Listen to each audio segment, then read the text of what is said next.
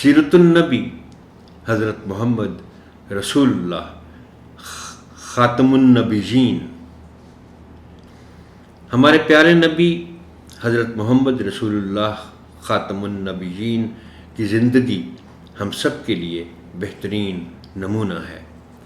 آپ صلی اللہ علیہ وآلہ وسلم آخری نبی ہوتے ہوئے بھی عام لوگوں سے ملتے جلتے رہتے تھے۔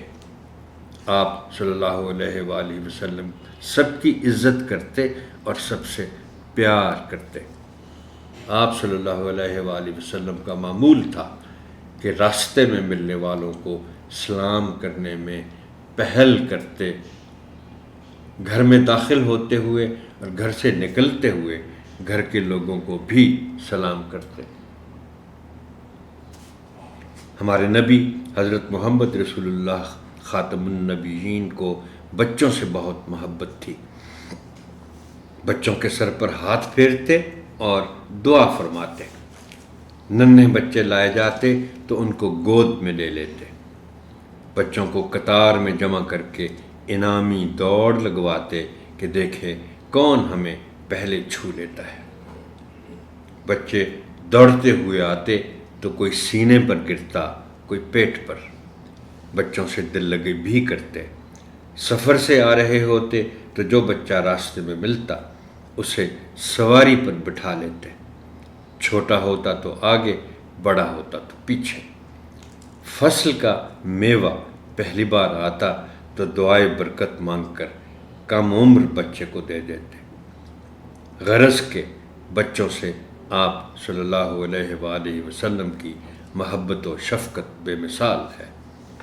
ہمارے پیارے نبی حضرت محمد رسول اللہ خاتم النبیین کو الگ الگ بیٹھ کر کھانا ناپسند تھا۔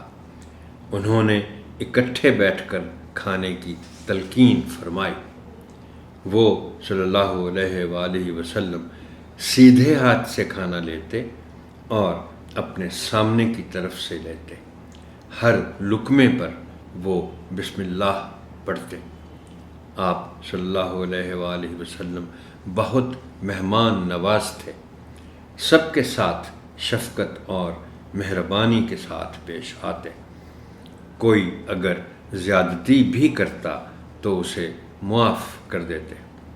کان میں کوئی آہستہ سے بات کرتا تو جب تک وہ بات پوری کر کے منہ نہ ہٹا لیتا، آپ صلی اللہ علیہ وآلہ وسلم برابر اپنا سر اسی کی طرف جھکائے رکھتے۔ کسی کو سفر کے لیے رخصت فرماتے تو کہتے کہ بھائی ہمیں اپنی دعاؤں میں یاد رکھنا۔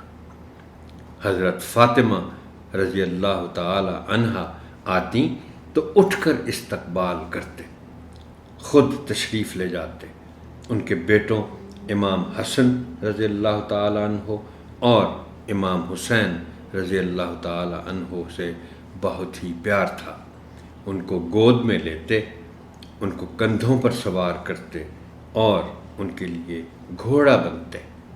غرض کے نبی اکرم حضرت محمد رسول اللہ خاتم النبیین صلی اللہ علیہ وآلہ وسلم کی حیات مبارکہ ہر معاملے میں ہمارے لیے بہترین نمونہ ہے۔ انتہائی ضروری ہے کہ ہم پوری طرح آپ صلی اللہ علیہ وآلہ وسلم کی پیروی کریں۔ یہ ہمارا فرض ہے اور اسی میں ہماری بھلائی ہے۔